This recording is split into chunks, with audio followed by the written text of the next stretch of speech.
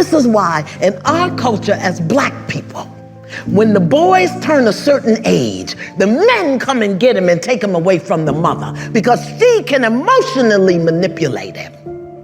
But since we don't live in our culture no more, we say what we want to say, do what we want to say. We tear our men down and then wonder why they don't make good husbands and fathers. Mothers destroy sons. His mother can speak to him in certain ways that destroy him in ways that can never be repaired.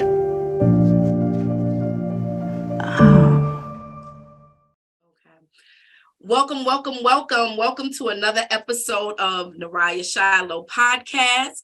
Today, I have a treat for you guys. This gentleman I met via TikTok. He is awesome. He causes a lot of controversy because he thinks outside of the box. And so he stirs a lot of pots. But I am going to show you of his video first so that you can get to know who he is and why I had to have him here. You thought you ate, didn't you? No, it's not because my sorry ass pappy abandoned me. It's because my sorry ass mammy didn't. Now let me tell you about the black woman that raised me. Up until I was 8 years old, I was abused. This scar right here, if you see my eye here, there's a difference. I had to have stitches under my eye. I had so many concussions before I was 8 years old. I went days without eating. I heard the "I wish you were never born" by the woman that carried me in her stomach for 9 months. One time in about the first grade, my mother picked me up, slammed me to the floor, grabbed a vase and held it over me, and I was shaking so bad, she demanded that I stop shaking. I have scars all over my body now to prove it. I was always a straight A student. She told me in third grade, she said, you better hope you go to summer school because that's the only way you're going to eat. Because in Southeast DC, they would feed us in the morning, feed us in the afternoon, and send us home after summer school. I never had to go to summer school. So I remember my third grade teacher, Miss Linda Coates, was confused when I started crying in third grade because she wouldn't let me go to summer school. All of the friends in the class were, you're stupid. Why do you want to go to summer school? They didn't know that that was the only way that I would eat. So that happened for years. When I was about 7, 8 years old, we moved to Baltimore, Maryland. One day, my mother sent me to the store to get some sardines. They didn't have the mustard sardines that she liked. I went home, told her, she said, don't come back without them. I had to walk about 8 miles to find her some sardines. Mind you, I'm about 7 years old walking the streets of Baltimore, Maryland. To make the long story short, I ended up calling the police and I ended up getting put in a foster home for 2 years. I ended up getting adopted by my godmother when I was 8 years old. And through my godmother's teaching, she demanded that I still respect and forgive my mother for all of that. And through all that, I still found a respect for black women because I understood that all black women were not like my mother. I have many more terrifying stories about black women, my experience with black women, about not being accepted in my adopted family, being mistreated by my aunts and cousins. But who cares about any of that? I went into all of that to say this. You're so hateful you didn't even know who you were talking to when you made this comment. I've gone through your videos. You're nothing but a dark-hearted woman. And you come to my page and attack me and I'm fucking over it. And I'm blocking you after this. But I want you to know that you helped me to hate you a little bit more. So many black boys are running around here with the same story that I have. Black boys that are cussed out, dogged, mothers talking about their sons to their friends on the phone, black boys walking around here with scars up and down their backs like they're slaves. And here you are on my page trying to harass me about some bullshit. And through all of that, I put in the work to become the awesome man that I am today. I hope you know you're one of the most destructive black women that I've ever met. You made me hate being black. Get off my page. How did you feel watching that again? Because that was a while ago that you did. It was. I'm kind of shocked because I'm a very private person.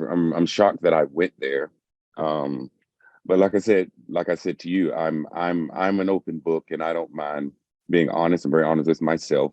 And I felt like I barely remember the conversation. I remember the moment, and I felt like that needed to be done then. I'm not ashamed of anything I went through.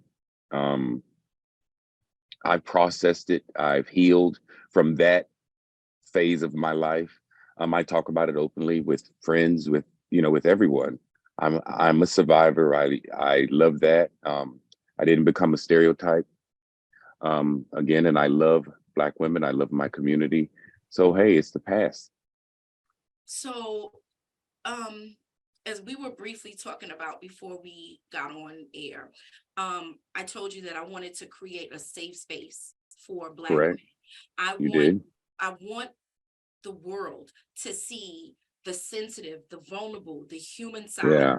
of Black men. And Yes. I wanted to start with you because I love the way that you speak, the way that you express yourself. Thank you. You can eloquently chop somebody up without I even can. using a cuss word, but you get your point across. And I feel every word that you say.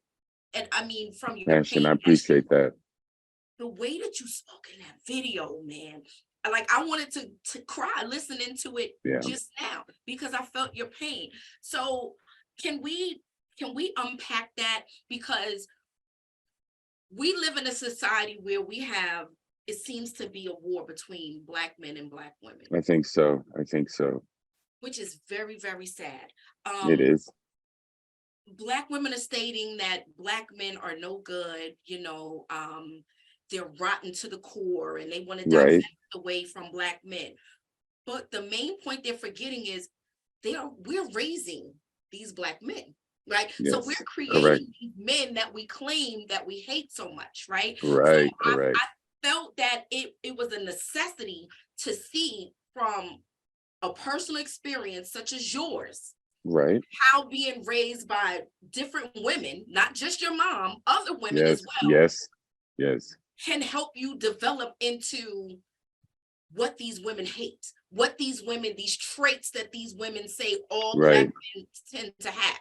So Right. can we start with growing up? When did you first experience verbal, physical abuse from your mom? Though it was my whole life.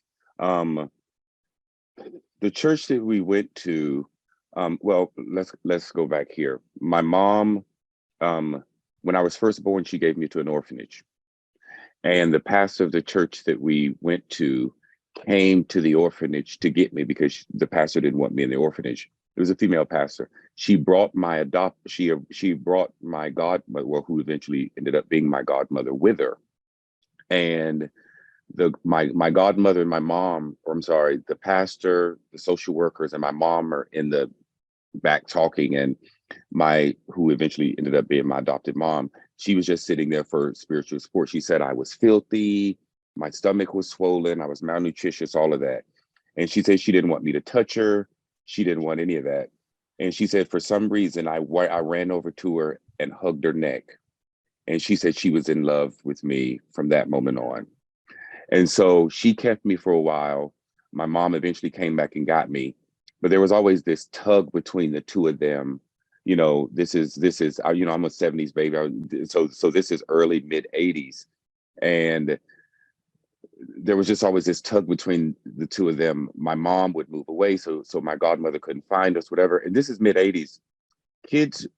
People knew kids were being abused in the 80s, but we weren't calling DHR like that. It was just a different time.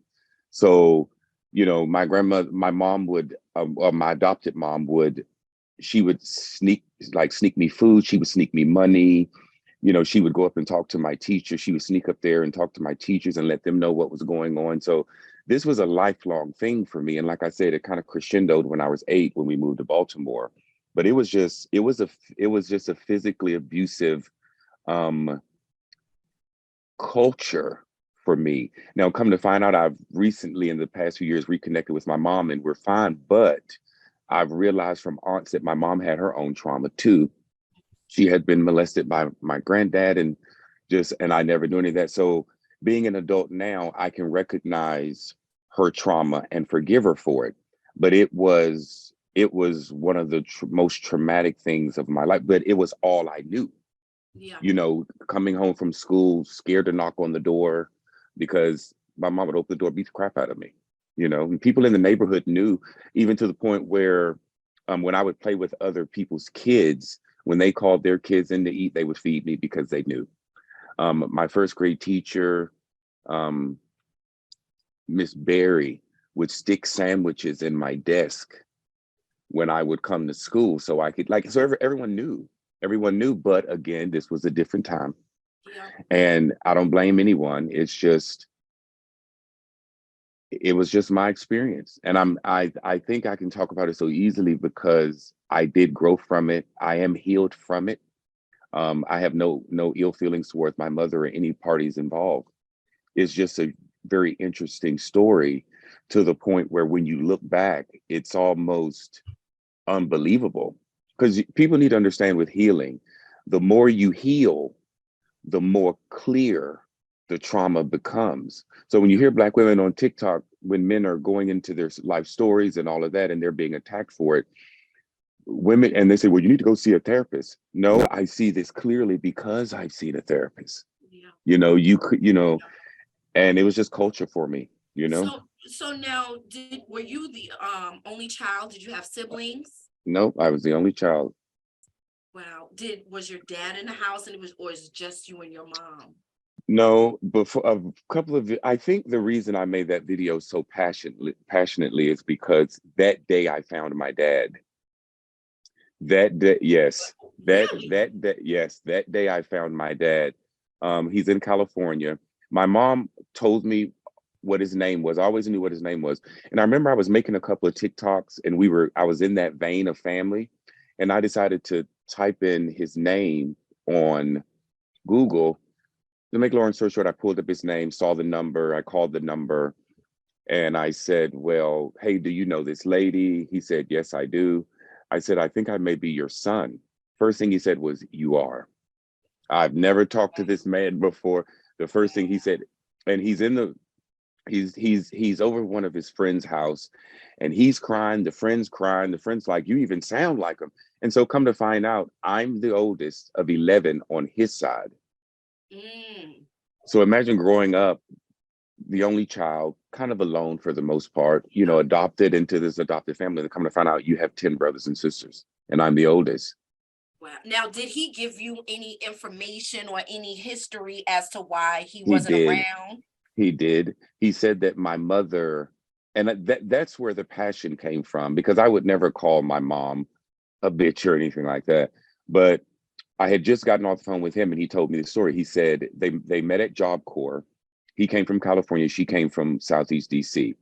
They met in Job Corps, and they chose to have me. Like, they purposely got pregnant. They were young, but they purposely got pregnant. They were in love. Mm-hmm. And he said that he had gone back to California, brought her with him. And she said she had to go home for something back to DC. And then a month later, she called him and said I wasn't his. Now, my aunt had told me this story before he did. So I knew he was telling the truth. Okay. But she was kind of sketchy about it, because she was 12 when I was born. My mom was like 19. Mm. So she's trying to put this together from, 40 something years ago. But she gave me enough details that coincided with what he said. But he said she went home and she called him and told him that I wasn't his. But he told me she was going back to be with this other guy that she wanted to be with, that I remembered from when I was with my mother and all of that. So everything just kind of fell into place. Yeah. He said he's thought about me. He said he's prayed. He said he knew in his heart that I would contact him one day. Wow.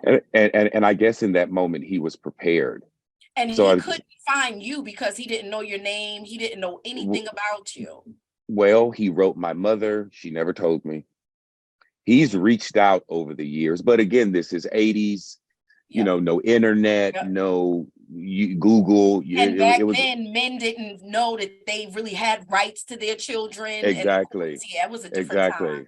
And he's such a lovable father. He's close to all of his kids, grandkids, and all of that. So it was just, and so I hit a little bit with him on some of the things that happened. And he was getting really upset on the phone because he wanted me. My aunt even told me that his parents offered my mother money for me. Oh, wow. Yeah. And my mom's sister told me that. She said they tried to buy you from your mother and she just wouldn't give you to them. And yet I went through all that abuse and suffering. Yeah, I wonder. So it's just crazy. Wow. So what did your mom tell you about your dad throughout the years? Did she say like he abandoned you, or she just never talked No, about no, no. I have to admit that she never said that she never spoke ill of him. him? Okay. She never once spoke ill of him. She told me his name. So I knew his full name since I was a kid. Um, and that was it. I don't ever remember her ever speaking ill of him though, Okay. Okay. which Good. I'm thankful. I'm thankful because so many Black mothers do that. Oh yeah, definitely Yeah. they do. So now what was the turning point to where, since your mom wouldn't give you to your dad, um, what made her let your godmom adopt you? Like, how did that Well, happen? well, like I told you in the video, she sent me, we had moved to Baltimore and we had lived in a shelter for a while because my mom was one that would just up and move out of the blue. And so we ended up moving to Baltimore. We lived in a shelter for a while. The shelter got us an apartment and we were living there and she sent me to get her some sardines. And I went home at, the corner store, we have the corner Mhm. store, and they didn't have the sardines. I went back and she told me, she said, don't come back without them. So I'm walking up North Avenue, well, you probably don't know Baltimore, but I'm walking up and down North Avenue trying to find the sardines or whatever. So I go back and I tell her I couldn't find them. And she said, don't, well, so I went in, the first time I went and told her they didn't have them, she said, don't come back without them. So I walked up and down North Avenue. I didn't know what to do. Now, mind you, my godmother's sister, who also my godmother would, well, I say my mom now because she adopted me. My adopted mom would take me to her sister's house. She'd give me all kinds of food to take home and all that. Cause like I told you, everyone knew my Mhm. situation. So as a kid, I always remembered telephone numbers really, really well. So I went to a phone booth. I called my adopted mom's sister because I didn't know my adopted mom's number. And she called her, she was at her pastor's house. And Bishop got on the phone and told me to call the police.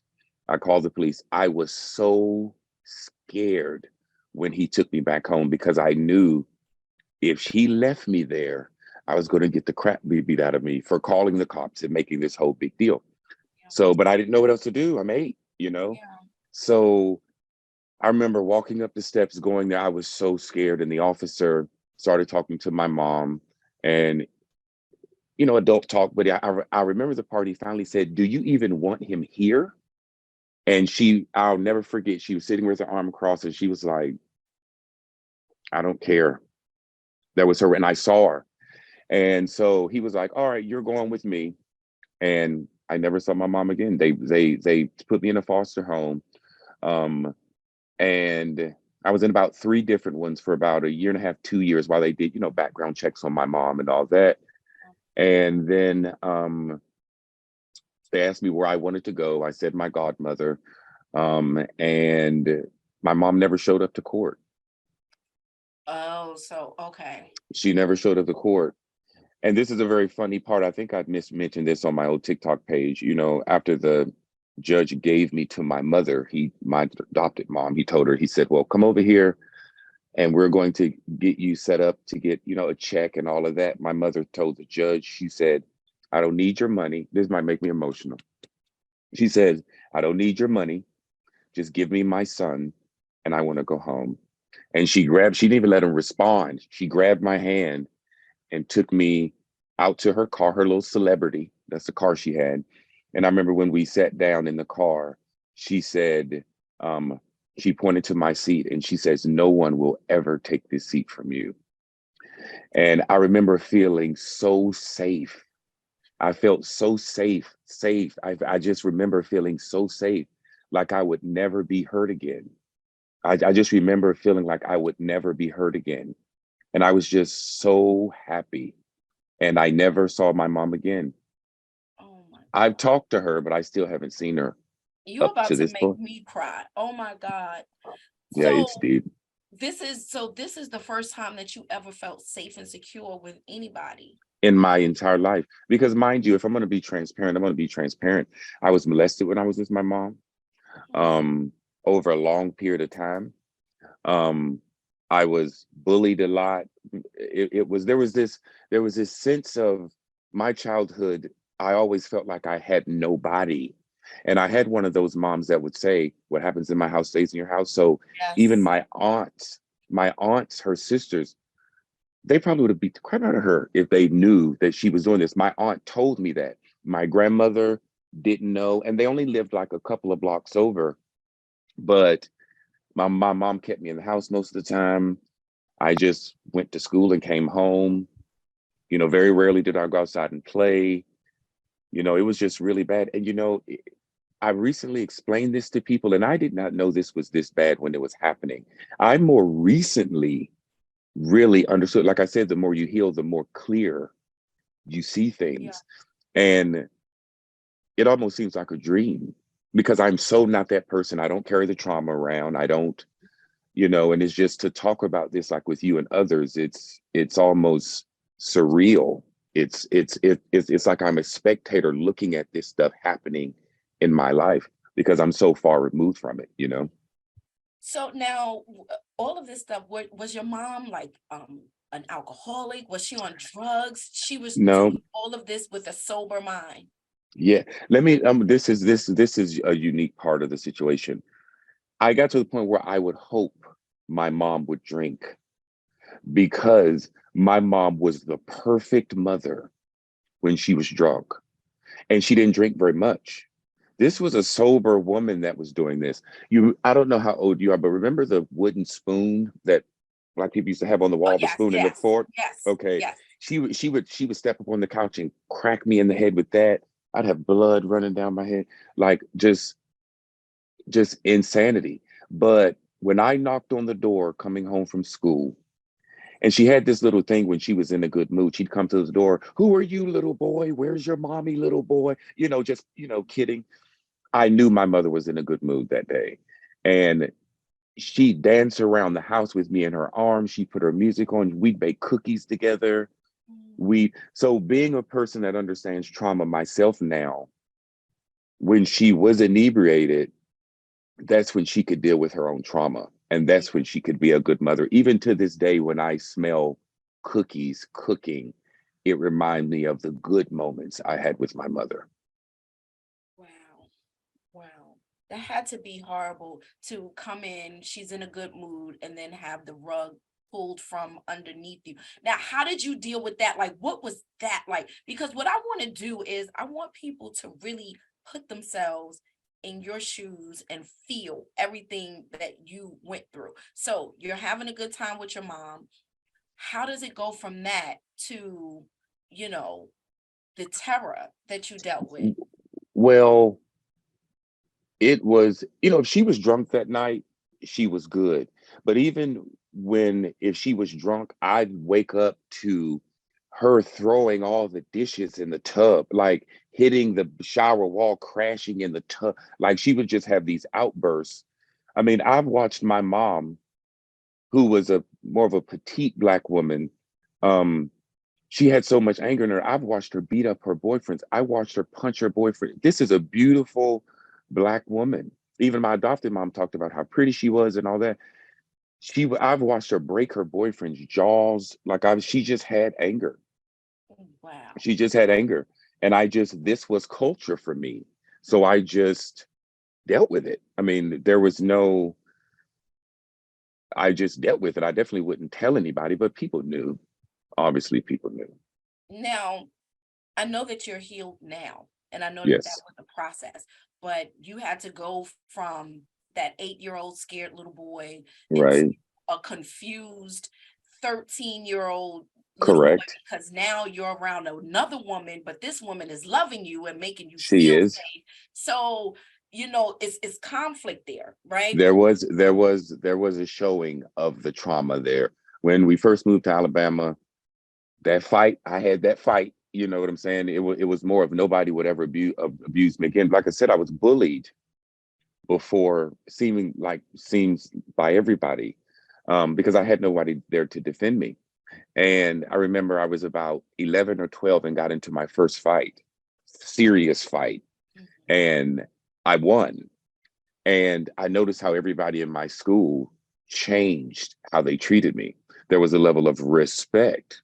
So from that moment on, from about 13 to my mid 20s, I was a fighter.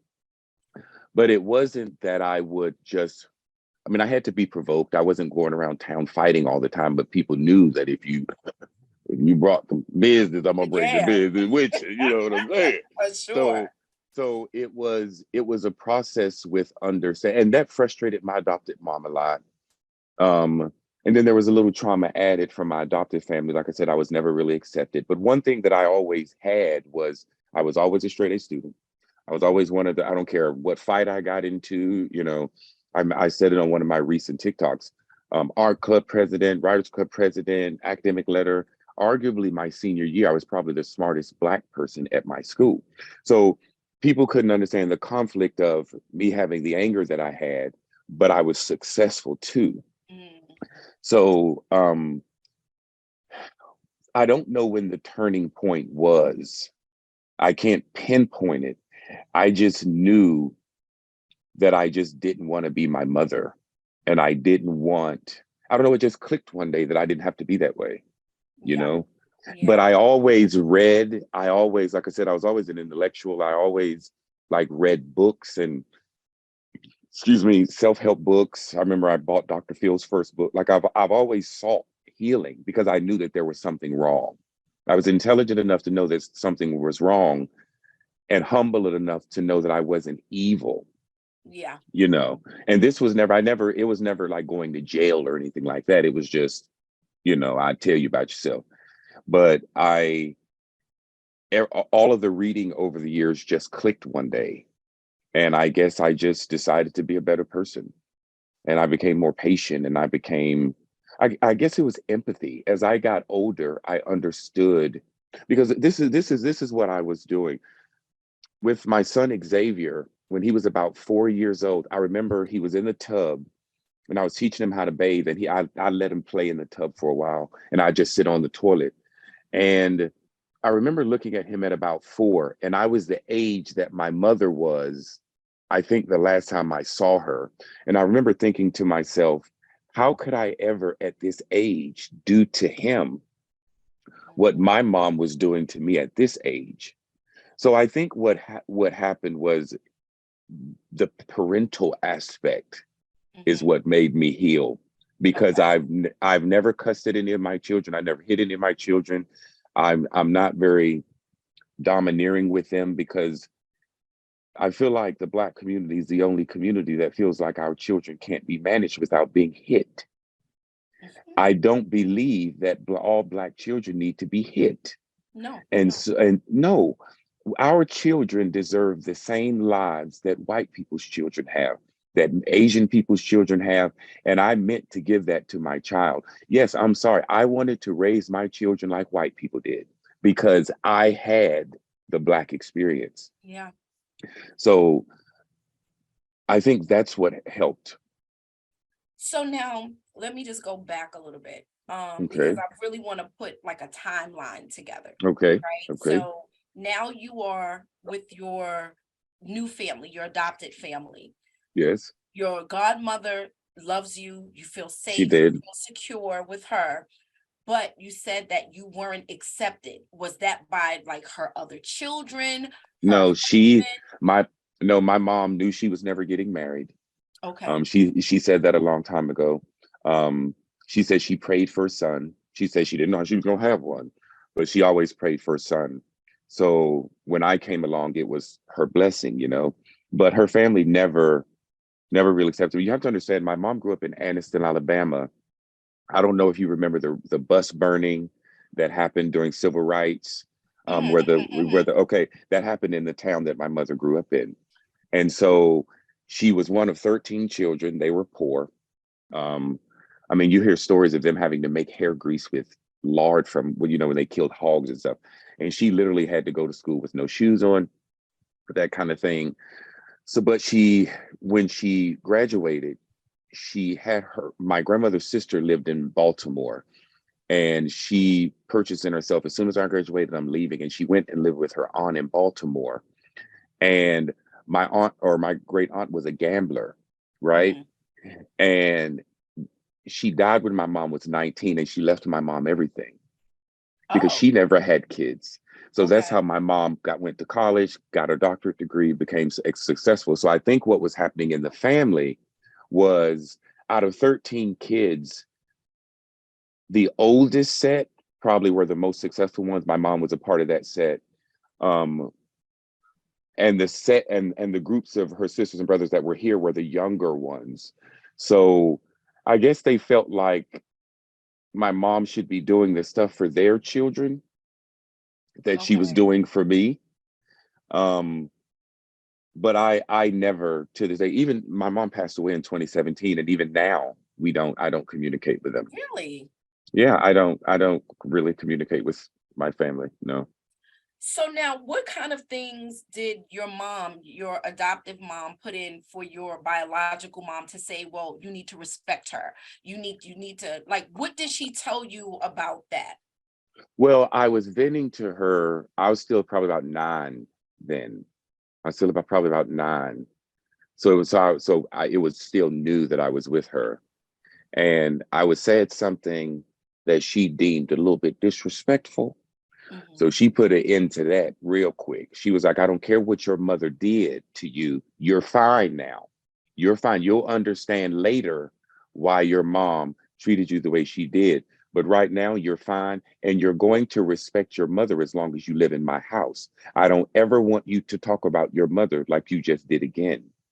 And Okay. it was, I had never seen her get right with me. You see what I'm Yeah. saying? And that Yeah. was one of the first times she ever got right with me. And it didn't scare me though. I just knew she meant business. So I just never did it again. So now let me ask you this. Even though you didn't do it again, how did you feel though? Because were you able to express like what you Yes. felt? Well, that day she made me write a letter to my mom, and she made me mail it. We didn't know where my mom was, but she made me mail it to my grandmother. So she let me write down. Actually, I wrote a letter to my mom, and I wrote a letter to my grandmother, who I was close to also. And I wrote a letter to both of them. And my grandmother wrote back. My mom never did. My grandmother said she gave her the letter, and she never got a response.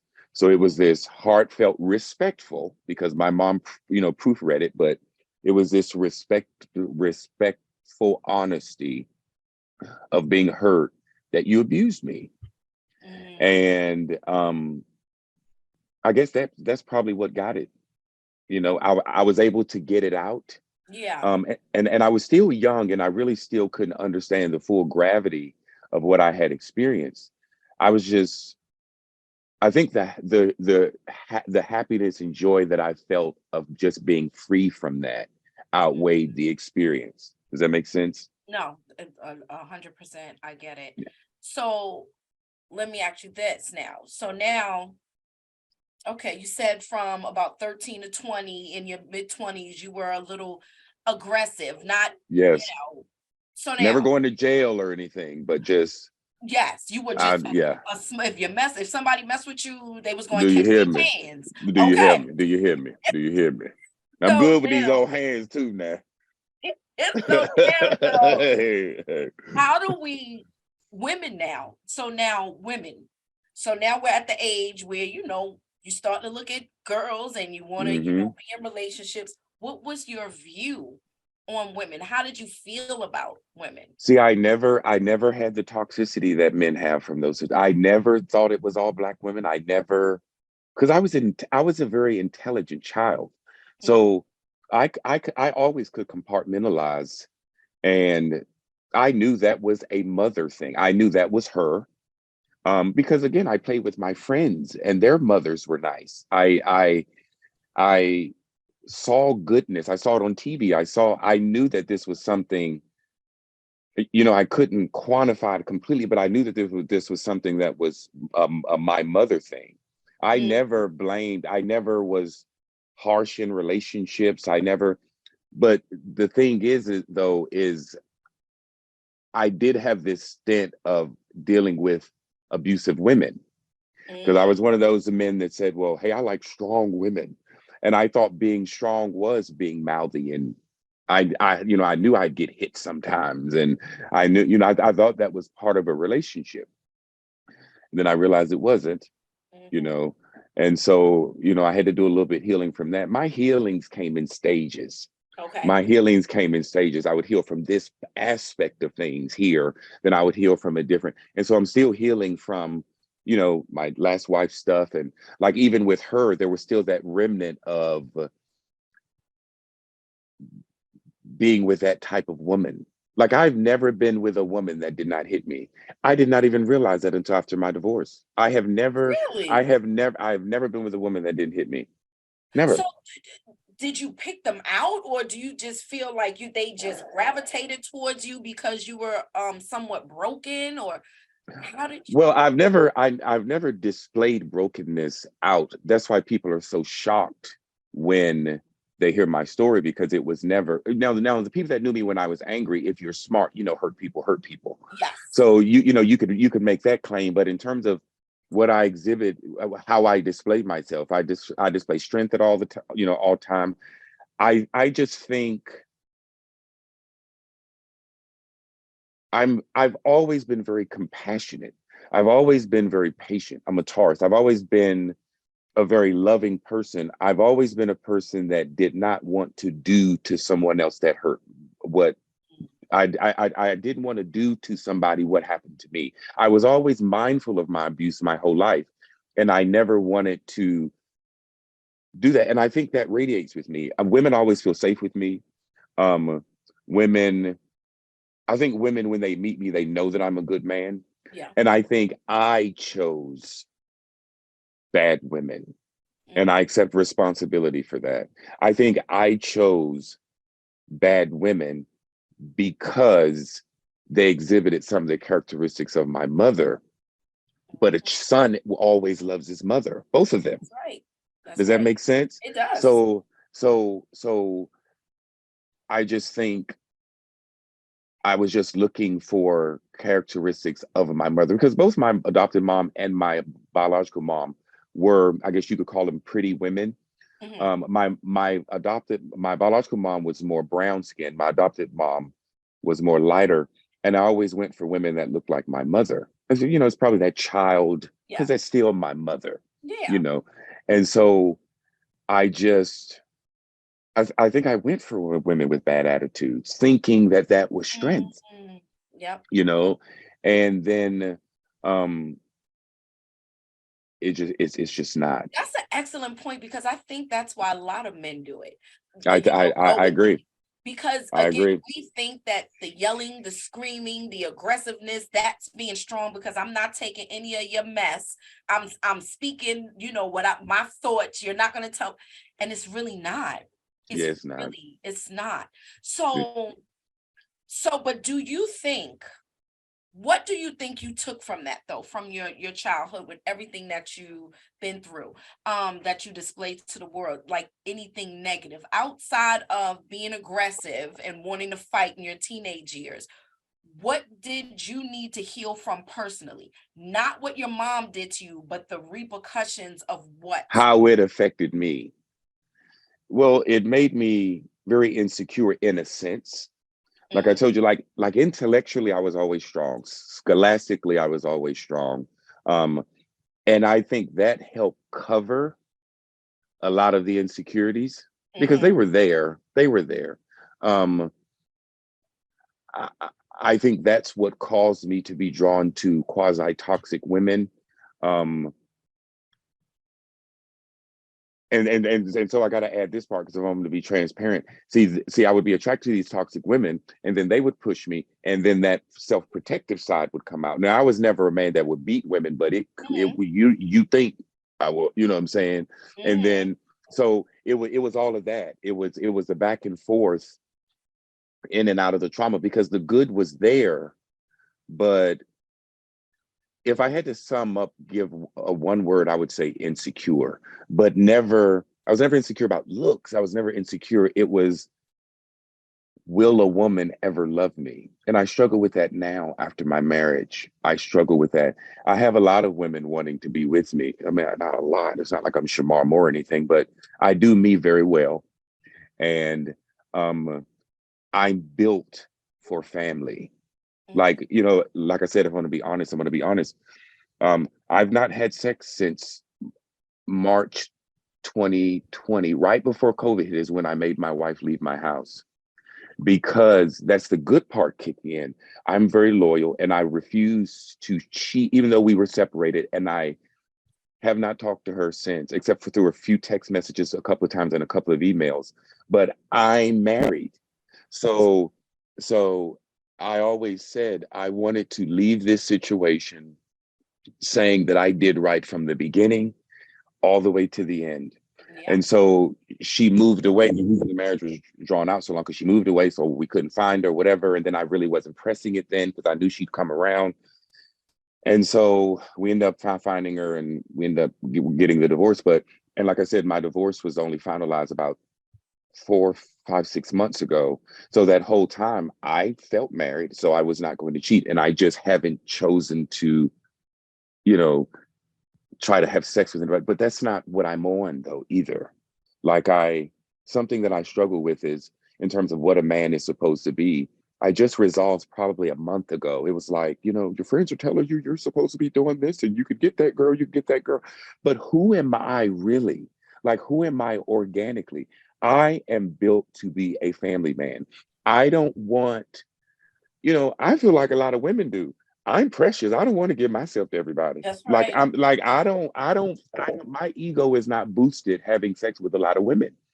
Having sex with one woman is what makes me feel like a man. Loving one woman, not cheating, um,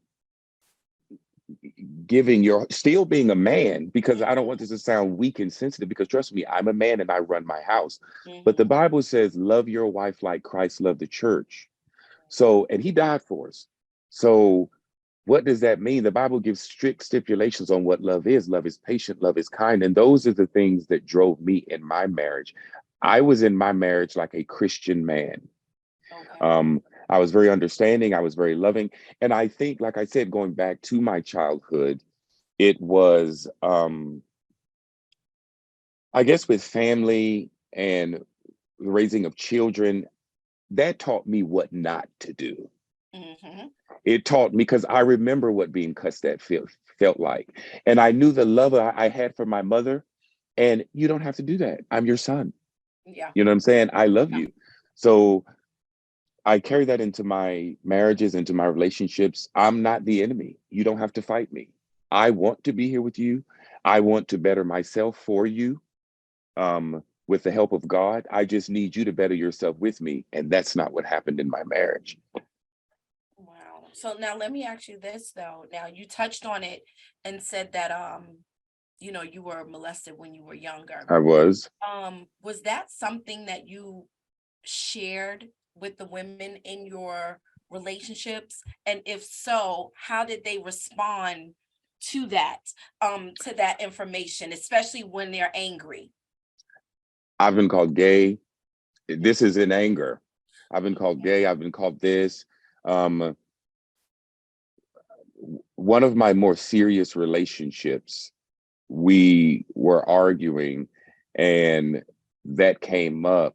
And the subject of me being molested did not come up, but the way she tried to, cut my throat, she was like, "Yeah, you want you some, won't you go get?"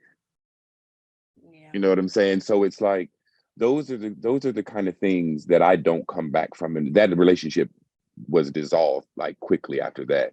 Um, I find that not, but I have to admit, not very many women did that though.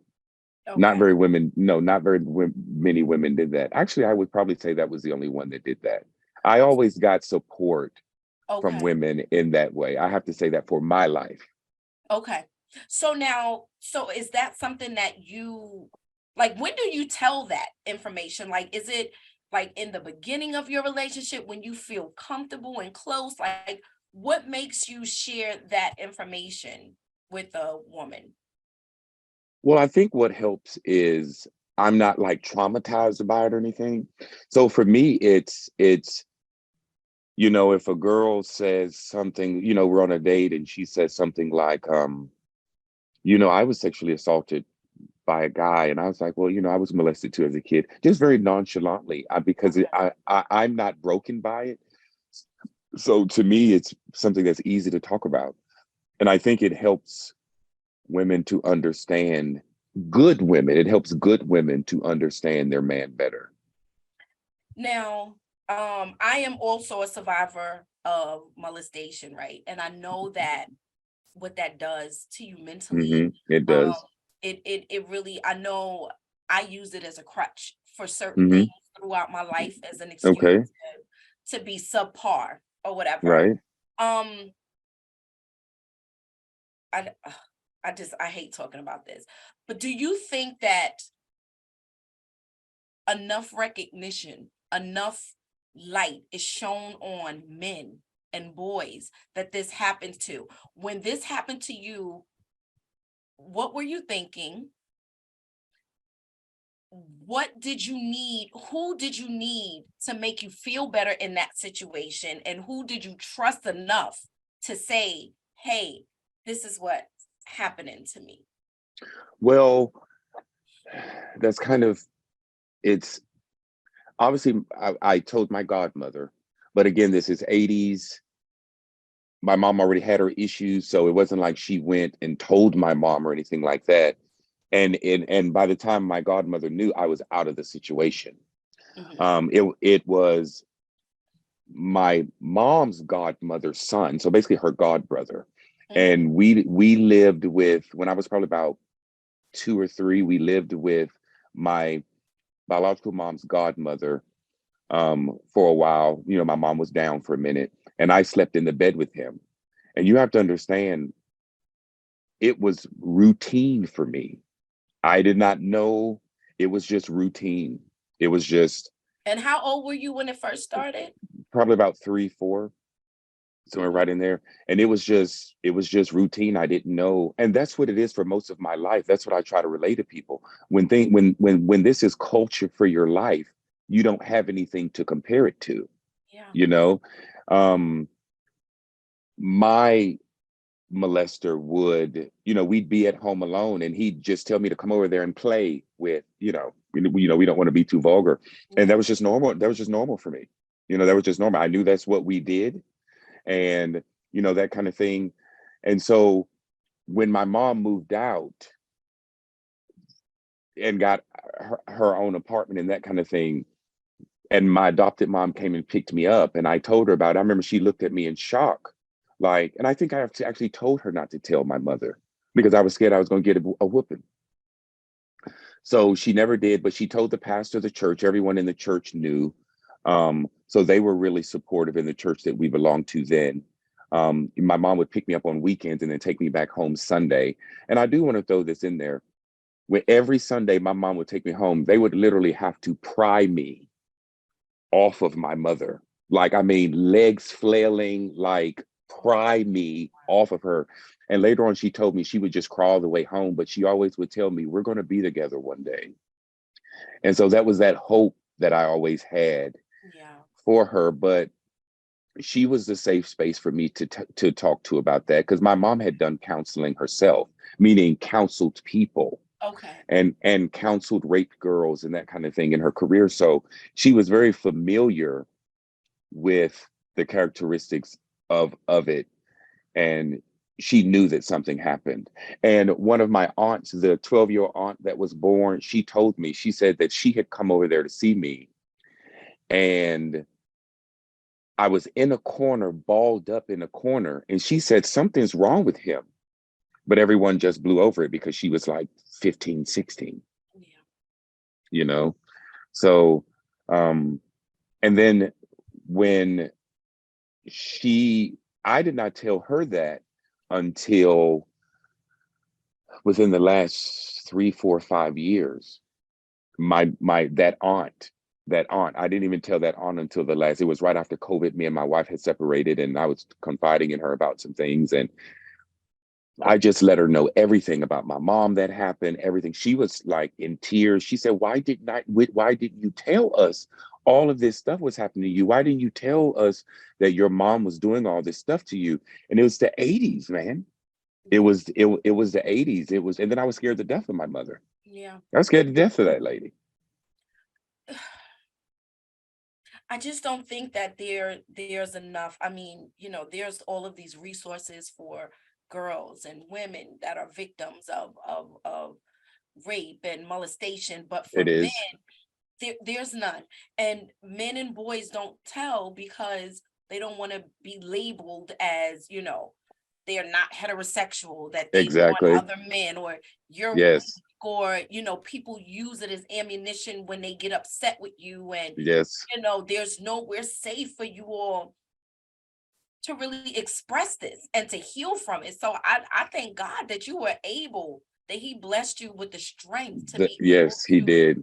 to work through that, because Yes, that's a hard thing to work through. And it and and is. I know from experience, especially when you have to look at your abuser all the time, right? You got to look at them like nothing happened. And Yes, then like you yes. said, it just becomes a part of your Yeah, life. it's Like it's just, just yeah. what it is. You know what? I wasn't even mad at my abuser until I became an adult.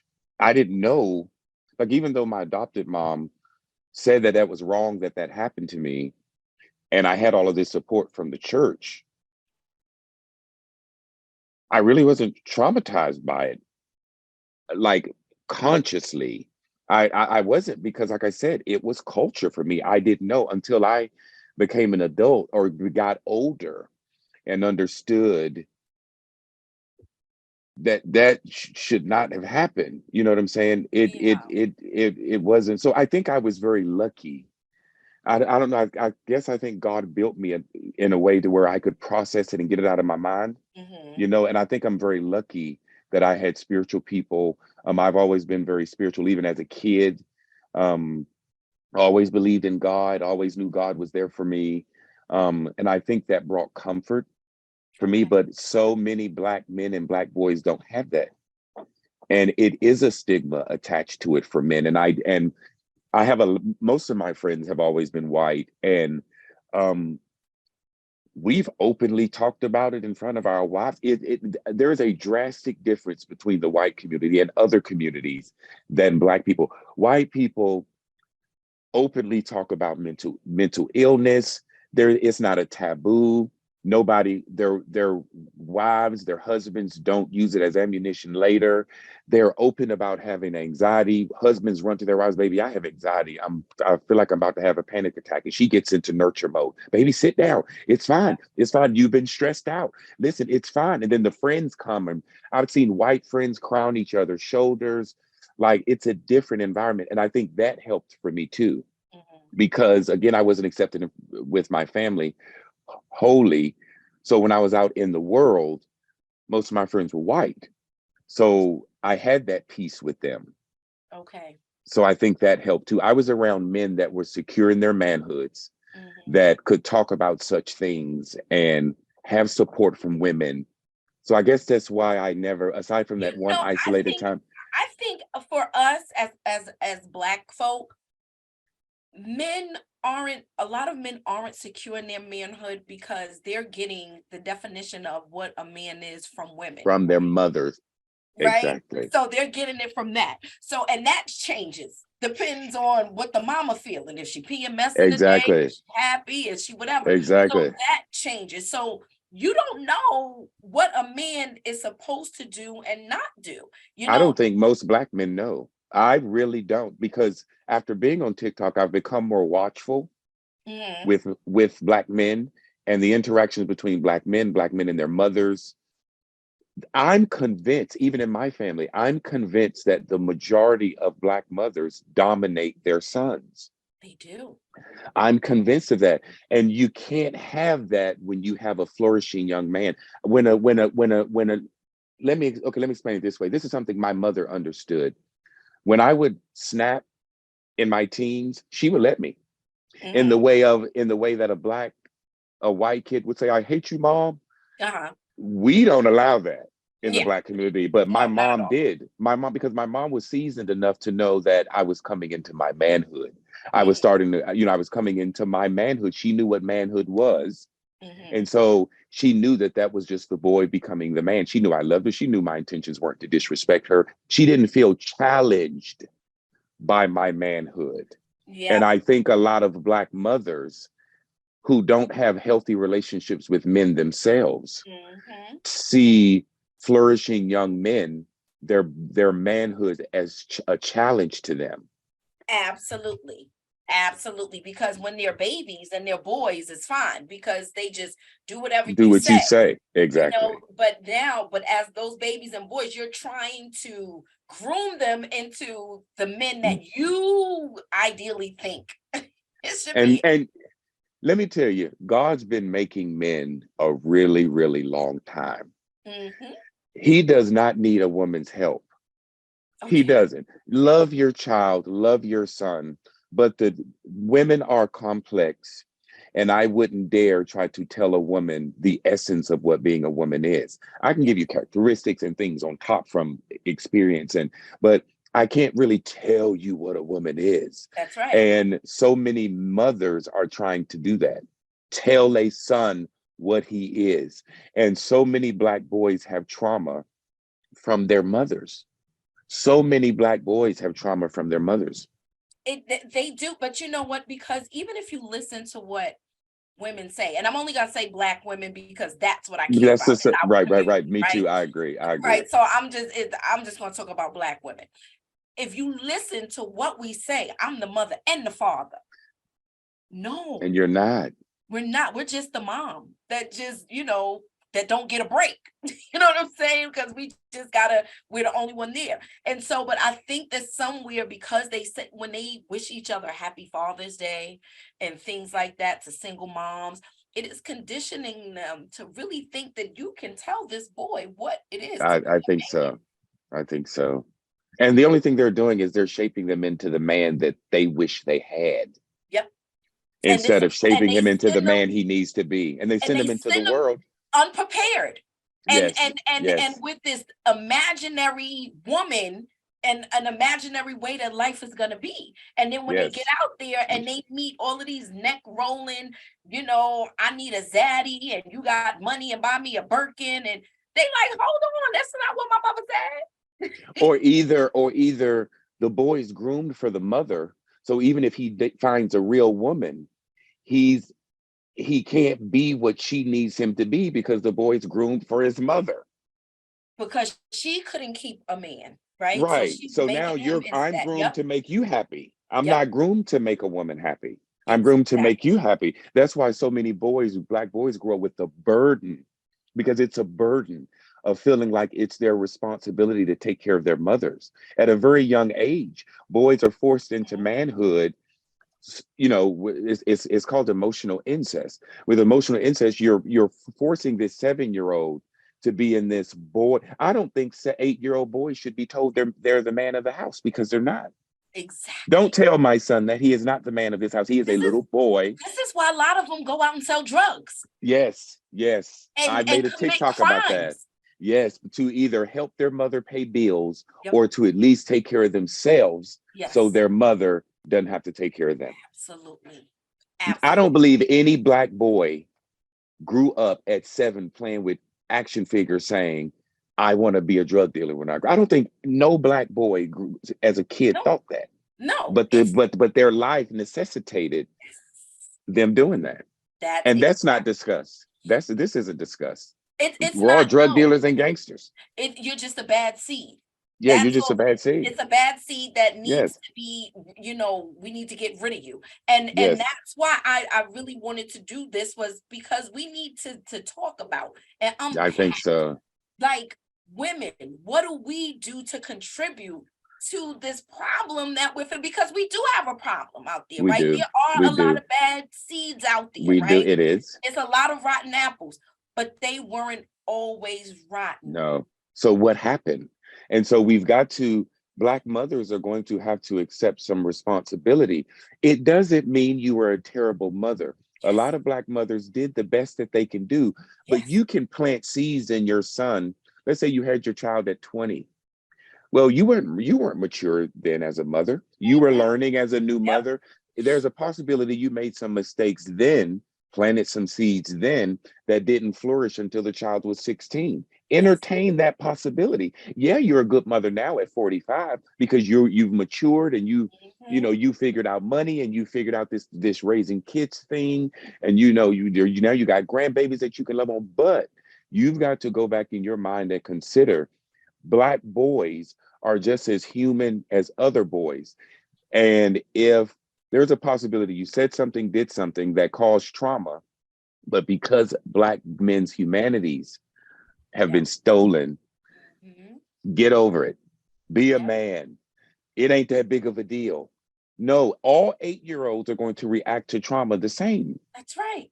That's right. And so why aren't we given those allowances? It's even Black mothers, even with daughters, let's say, because we whip our kids, right? Like, and especially I'm a 70s baby too, right? And I was Okay, we born with me. 74, right? Okay, I got you. So I was right up in that. You Right. gonna get You slapped with me? Yep. in the mouth, outside, in the school, wherever it's at. Right. Wherever you act up is where you get beat up at. Exactly. So, but it was the sting. And I asked my mom about it. I love my mom. She's my most favorite person in the world. And it's like, you hit me, you beat me, then you tell me to shut up before you give me something to cry for, right? And I'm like, Miss, you just did. Ma'am, please. It's like, you just gave me something to cry for. That's what I'm crying for. Or it's like, shut up. I don't want to hear it. Just shut your mouth after you physically hurt. And that's confusing. And that prevents a child from being able to express themselves properly. And I think that's why so many of us express anger, because that's what was expressed to us. We've all been through that. And, I'll be the first to say that I believe we are angry as Black people. We have good reason to be. There's a psychology to us. Excuse me, you know what? I grew up in the South, and like I told you, a lot of my relatives live to be really old. There's a lot of old ones now. And when you hear them talk about how they were raised, I heard uncles getting hit in the head by 2x4s, fathers beating daughters almost literally to death. Like, I find that the farther you go back to slavery, because I know a lot of my family's history, the farther you go back to slavery, the more aggressive we were when it comes to dealing with each other and dealing with our children. I mean, my mom said that her grandmother her great grandmother, who was a full-blooded Indian, used to plant switches, put them over the fire, let them dry out, and beat them with that. So we have to go back to the root. The root of our issues is slavery, Jim Crow. We were treated so badly, and hurt people. So, and a lot of this stuff has become culture for us. So we've got to understand that a lot of the things that we're doing to our children and to each other, and how our men handle our women, and how our women handle our men, and how our kids handle each other, it's all rooted in white supremacy. And we have to decide, even though I was abused as a kid, and I have, in a sense, a right to walk around the world mad. I had to decide that I do not want this for my children and for mine. That's right. I don't want to dominate my wife. I just don't. I don't even subscribe to the submissive stuff. Listen, you're going to have strengths. Hopefully your strengths are my weaknesses. This is how I feel about relationship.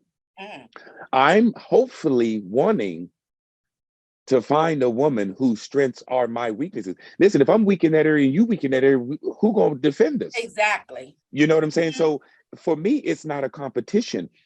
So many times in my marriage, me and my wife would be discussing something, and I'd say, well, listen,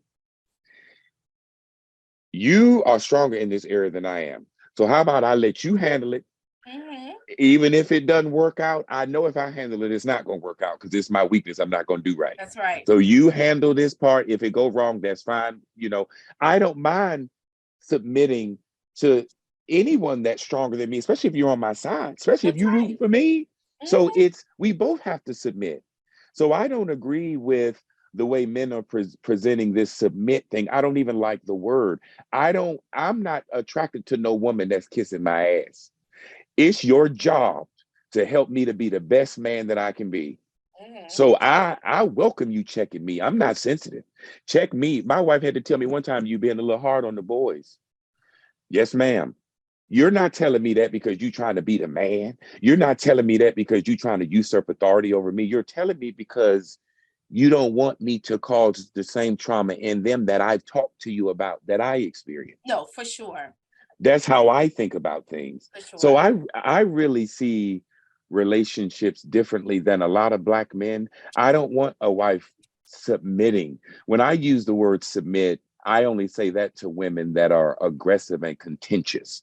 They need to submit and come on down. But in terms of, I want my wife at home barefoot and pregnant. That and see, and I think that the word submit got a raw deal.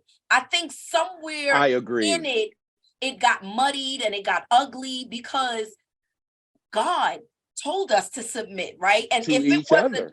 yes, and if it was an ugly thing, he wouldn't have told us to do it. I I agree. think I the agree. world made it ugly, but I when agree. done I right, agree.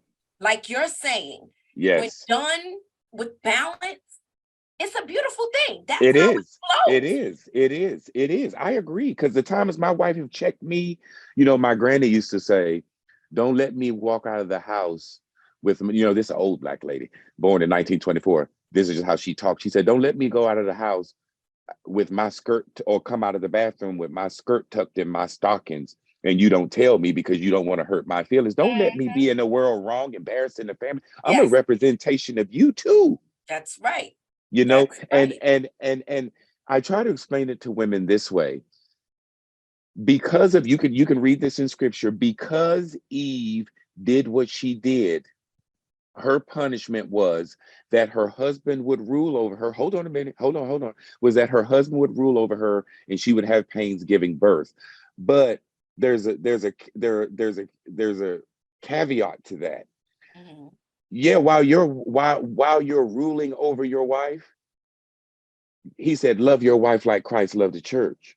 Mhm. God rules over us, but he does it in love. He does it Mhm. in kindness. He doesn't make us feel less than while he's doing it, Mhm. even while he's chastising us. And so, even though I don't say rule, but even though I'm the head of the family, I ain't gonna make you feel like it. Because I need you beside me, in front of me, whatever. I need you. I'm sorry, I need a woman. I'm not ashamed to admit that. That's right. I think a woman is beautiful. I think what a woman brings. Every time I was in a relationship with a woman, it gave me strength. That's It right. gave me this inner aspect of my manhood kicked in Mhm. just because I was with her. It Yes. made me want to be harder. She didn't have to tell me. It made me want to work harder. It made me want to be better Mhm. for her. I mean, for me too. But now I It's the have someone driving depending force on me. behind it. Yes. And Yes, and you're yes, responsible for her, right? And yes. so now that makes you walk a little different, feel a It little Yes, it different. does. It And it's the does. same as for a woman. It makes me want to be in my feminine space and energy Right. because I want to nurture you. I want to, Yes. make you feel good. I can't be aggressive and masculine, and Yeah, because I ain't gonna accept it. But yeah, you ain't gonna you but yeah, but you ain't gonna accept me acting like a woman either. no. So it's a So balance. it is a balance. It is a balance. There may be times where you need to be a little bit more. I don't say masculine because of femininity is too beautiful to even incorporate masculinity in there. In your femininity, there may be times you have to be a bit stronger, a little bit more outspoken, a little bit more of a leader. In my masculinity, there may be times where I need to be a little bit more quiet. I may Yes. need to listen more. Mhm. I may need to let you lead more. But that doesn't mean you're less of a woman, and that doesn't mean that I'm less of a man. Like you said, it's balance. Yes. We're supposed to balance each other out. And I really believe that there are tons of Black women that believe that. I am not a passport bro. I'm not on that bandwagon. I'm not that. I'm mad at y'all that bad. It's too many. You're beautiful. There are too many. And I wonder why you single. Like, especially with this type of conversation, Mhm. how are you single? No, How I'm are you single? married. I'm Oh, married. okay. Oh, I was Yes. about to No, no, say, no, well, no, good. no. I'm I'm glad. married. I'm glad. I'm glad. Good for you. Good for you. But Yes. it's there are so many Black women that are willing to see Black men out there. Yeah. But like I say in my TikTok, I believe that our community is the way it's in. This is how I give a summary of it openly. We're the only community on the planet where the worst of us set the standard for the rest of us. The least educated, the least able to keep a man, the least able to keep a woman. They telling everybody else what being Black is. Yes. The most Yes. uneducated people are telling you Yes. because you speak the way you do, you act like a white lady. I Yes. wasn't at the meeting where I gave talking proper to white women. That's not a white woman thing. I love to see an educated black woman talk proper and be eloquent and be classy. That's the white people don't own that. But that's only because it makes those folks insecure when you do that. You know what I I mean? agree. I Because agree. their vocabulary consists of 4-letter words, Hey, right? do you hear me? Do you hear me? And so when you're not talking that way, it makes them feel insecure. So now they want to make you feel funny It's because because you doing right. Because exact. they're stuck. What it is they're stuck.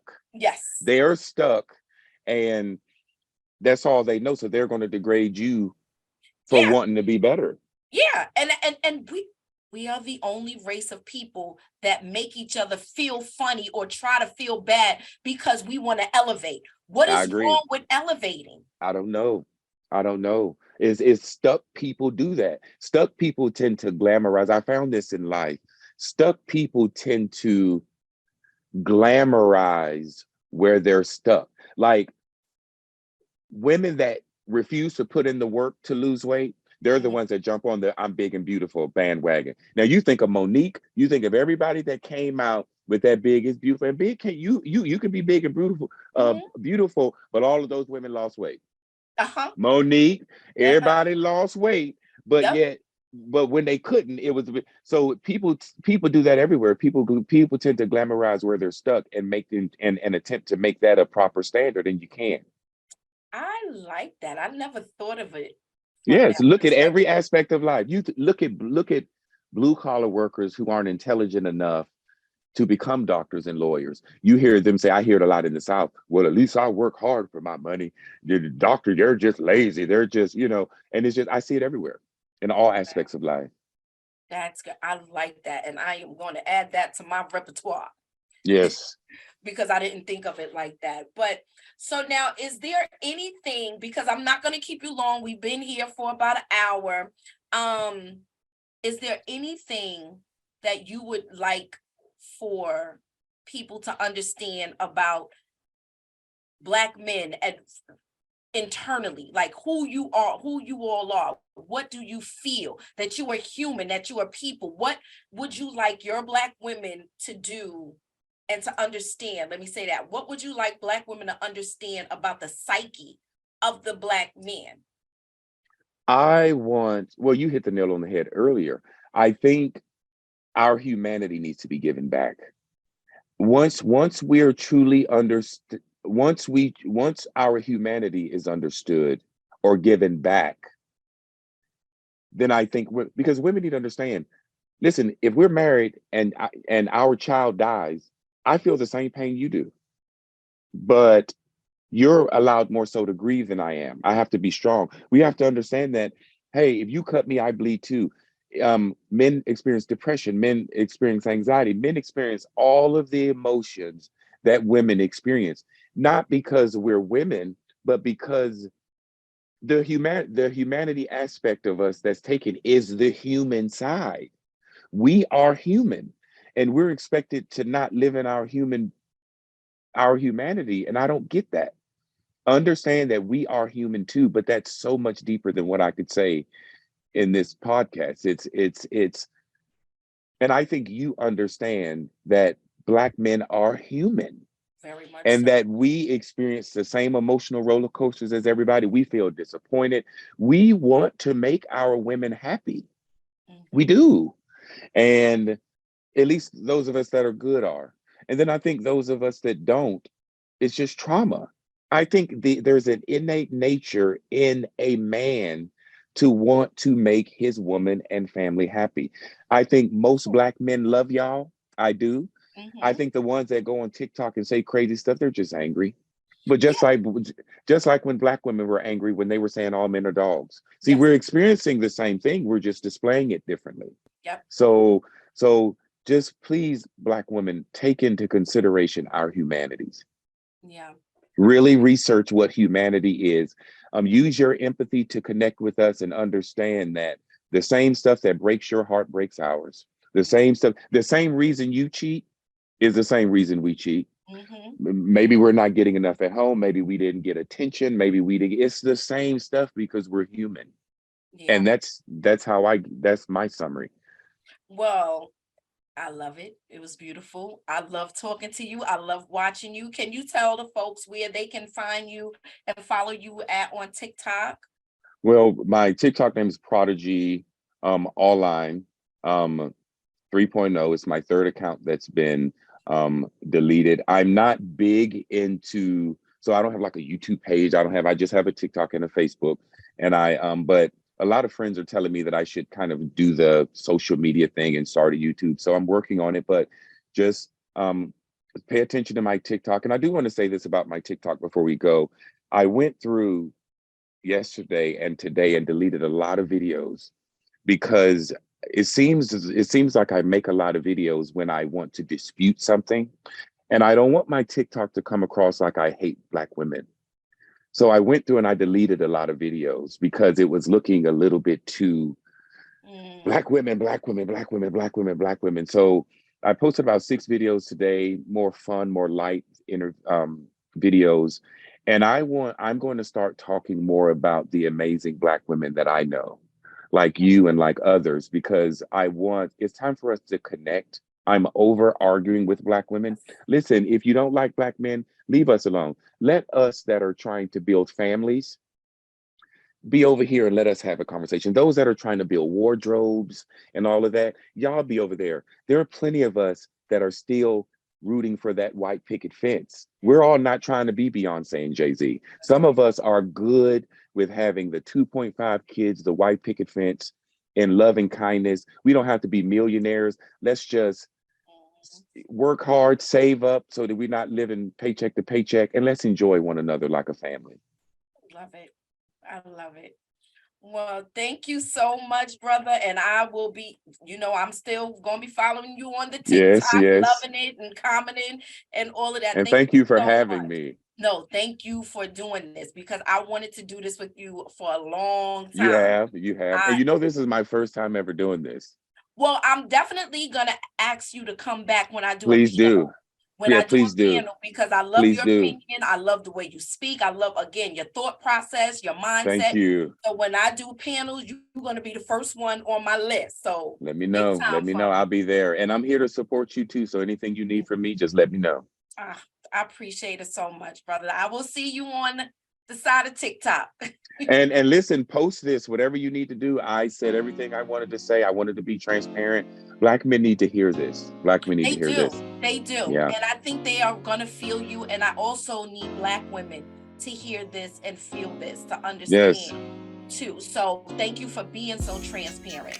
And send me a link to wherever you post it. I don't care if you post it to YouTube. I want you to post it because I've never done anything like this, and I've never talked this openly. I've talked in private, and I want to see how the world receives it.